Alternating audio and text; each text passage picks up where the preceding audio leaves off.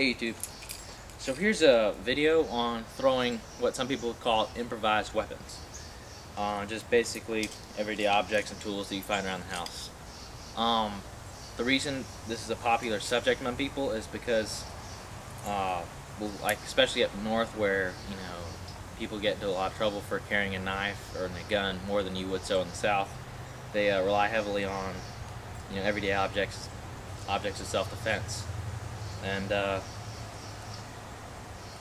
far as self-defense goes, it's going to be really hard to, in my opinion, for these to be effective. It's ridiculous and require an extreme amount of practice, more practice than I'm willing to put in. As you know, screwdrivers are,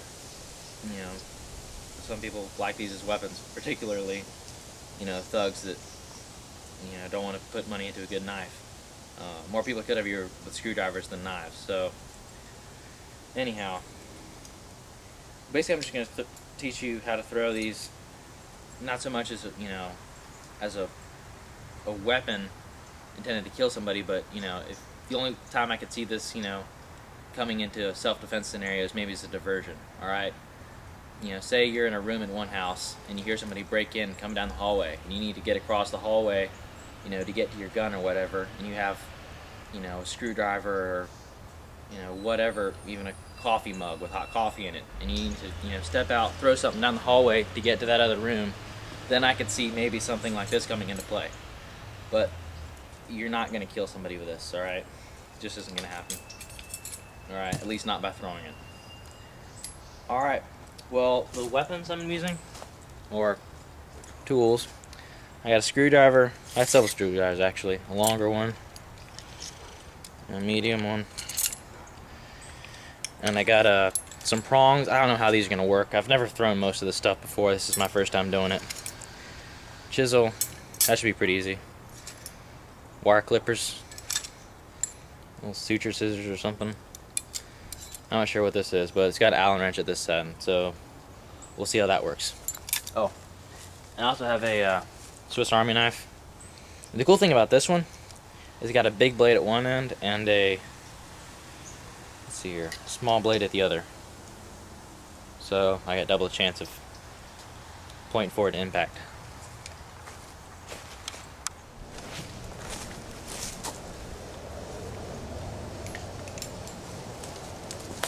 Alright, the first thing I'm going to throw are the screwdrivers. I'm going to throw these all rotational style first, then I'll move to no spin. This one here I'm going to use one full rotation on, and the rest of these are going to be half rotation.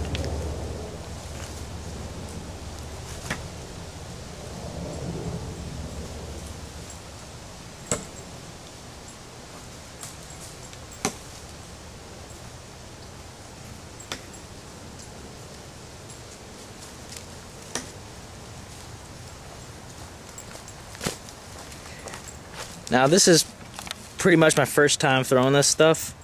I don't really do this, I don't practice with this. But it's fairly easy if you have any background throwing knives or whatever. It's easy to find the heft of the knife and throw it accordingly.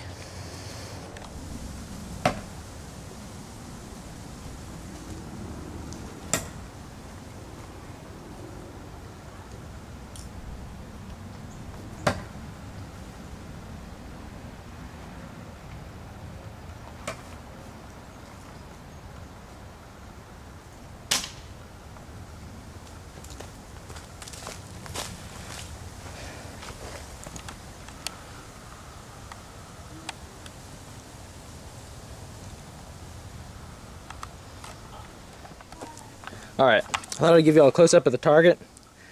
Not so much for accuracy. My accuracy was kind of off on this stuff.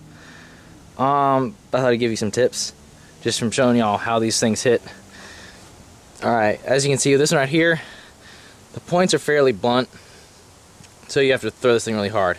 Same thing with the chisel. You just have to chunk this bad boy. Alright, it's kind of hard to stick. As you can see, my target's kind of worn out. And so scissors, again, they have a sharp point, but they're so light, you really got to burn these things for you to get them to stick. For the wire cutters, if you're going to throw these things, one tip I'd give is I closed them and held them like this, and they opened up in flight and stuck into the target. This one right here, I threw the small blade, I broke the big one. And the thing is, you'll break these knives and stuff if you throw them. I mean, the wire cutters and the screwdrivers, you can practice with them. But the rest of the stuff, you're probably going to break it eventually. So, you know, buy cheap stuff and don't get attached to anything. Alright, now I'm going to move to no spin. This one right here, I'm probably going to use the thorn looking throw. These are going to be more of a shuriken looking throw.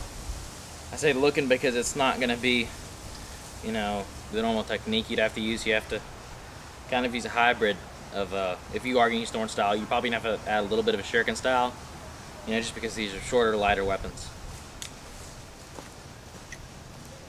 I'm going to start out pretty close. It's really hard to, for me at least, to elongate the distance for these no spin throws.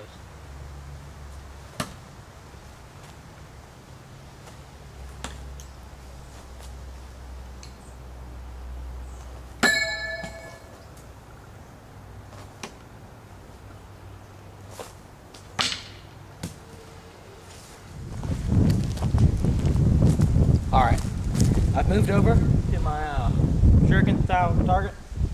This is the foam. It's a lot easier to stick than the wood. And like I said, I don't throw these very often, so once I get good at hitting the foam target, I'll probably move back over to wood and work on power. But for now, I'm just worried about point forward impact.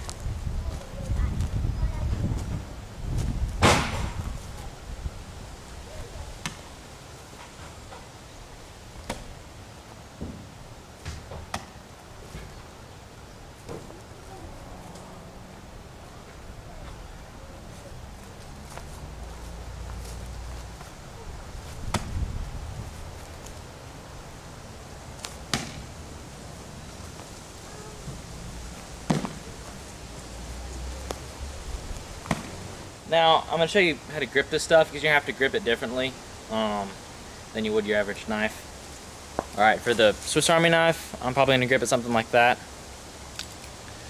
The prongs, I'm probably going to hold them flat, so that hopefully they'll hit up and down. But that's the grip I'm going to be using on them.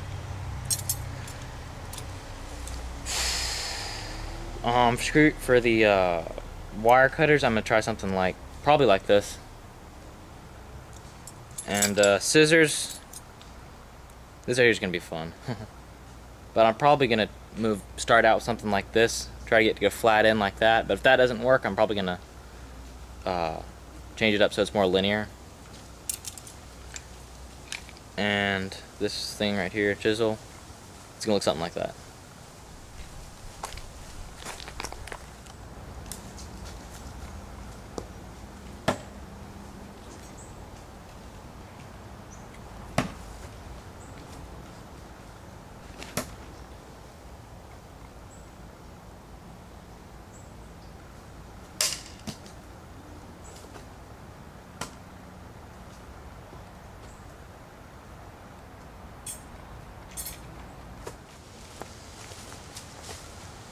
Alright, well that about does it. I'm gonna give you a quote real quick from Ralph Thorne, and it's basically, it's not word for word, but it's basically the basic idea. You know, if you're gonna rely on a gun for self-defense, then you can't just, you know, hope that there's a gun laying where you want it when you need it. You're gonna have to carry it. And it's the same thing with weapons, alright? Some people like to carry this kind of stuff every day just because they draw less attention as, you know, a tack folder or a gun. But they're really not that effective, alright? I mean, they can be used as diversion, as a last-ditch resort, but for me, it's not something I carry around regularly. But it could be a good skill to have. One other thing I'm going to mention is it's really good, you know, learning to sew stuff like this is good practice for your regular throwing. I mean, if you can pick up stuff like prongs or wire cutters, whatever, and stick them fairly consistently, then it's going to help you with your, you know, when you get your professional grade thrower out, you know, it's going to be much easier. Well, I hope you enjoyed, and thanks for watching.